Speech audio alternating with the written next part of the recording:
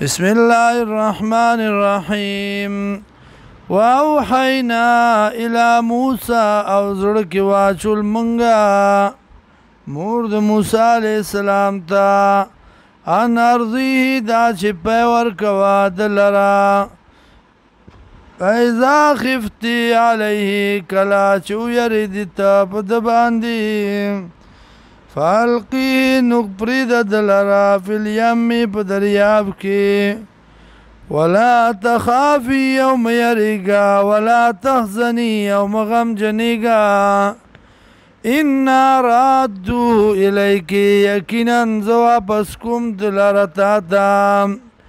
وجعلو او بگرزم دلرا من المرسلین دلگلو شونا د پیغمبرانونا فالتقطه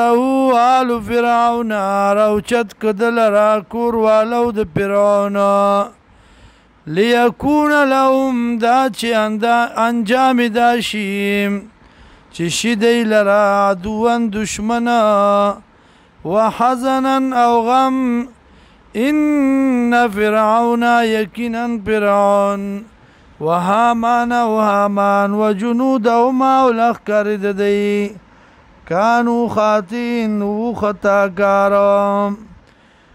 وقالت امرأة فرعون وخزد فرعون قرة عين لي ولك يا خوالد دسترق زما اوستام لا تقتلوا وجند لرا